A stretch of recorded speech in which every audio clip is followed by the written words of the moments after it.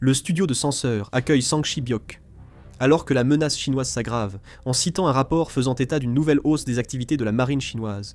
Le ministère de la Défense de Taïwan a rétabli, après 25 ans, des cours d'éducation patriotique anticommuniste pour les diplômés des académies militaires. Pendant la période de la guerre froide, à Taïwan, alors que le gouvernement chinois revendiquait Taïwan comme son propre territoire, l'éducation définissant le régime communiste chinois comme la plus grande menace pour la sécurité a été continuellement dispensée.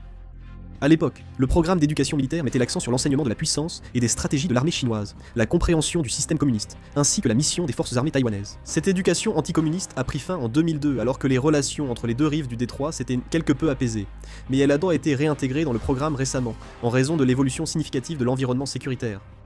Le ministère taïwanais de la Défense souligne qu'il est essentiel que les futurs officiers comprennent la réalité sécuritaire, alors que la pression militaire chinoise s'intensifie.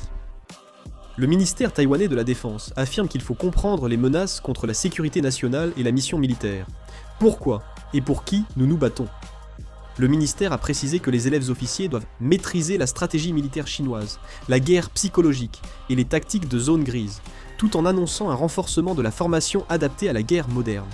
Cela est interprété comme la volonté de renforcer non seulement les compétences de combat, mais aussi la conscience nationale et le sens du devoir en tant que soldat. Le ministère chinois de la Défense n'a pas commenté officiellement. Le ministère taïwanais de la Défense a indiqué que cette formation vise à donner aux diplômés une compréhension claire des forces amies et ennemies. Il a insisté sur l'importance pour les officiers d'être pleinement conscients des menaces, alors que l'armée chinoise multiplie les exercices militaires et déploie avions et navires autour de Taïwan. Même à Taïwan, on estime que cette mesure ne vise pas à ressusciter les anciennes méthodes d'enseignement, mais fait partie d'un processus de réforme de l'éducation militaire pour l'adapter à l'environnement sécuritaire actuel. Par ailleurs, la Chine continue d'accentuer la pression sur Taïwan. Récemment, en plus de la réorganisation interne de son armée, elle intensifie également la pression maritime envers Taïwan.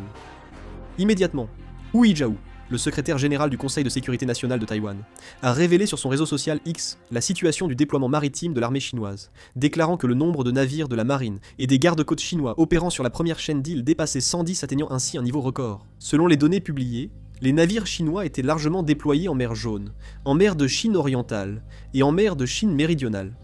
Il a également été confirmé que la puissance navale était particulièrement concentrée autour des eaux entourant Taïwan, ainsi que dans la zone maritime reliant Kyushu au Japon, Okinawa et les Philippines. Cette région est une voie maritime clé pour le déplacement des forces américaines et alliées en cas d'urgence, ainsi qu'un point stratégique par lequel passent les lignes d'approvisionnement.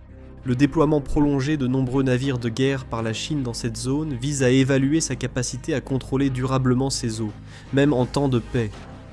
La communauté internationale surveille ses actions avec prudence.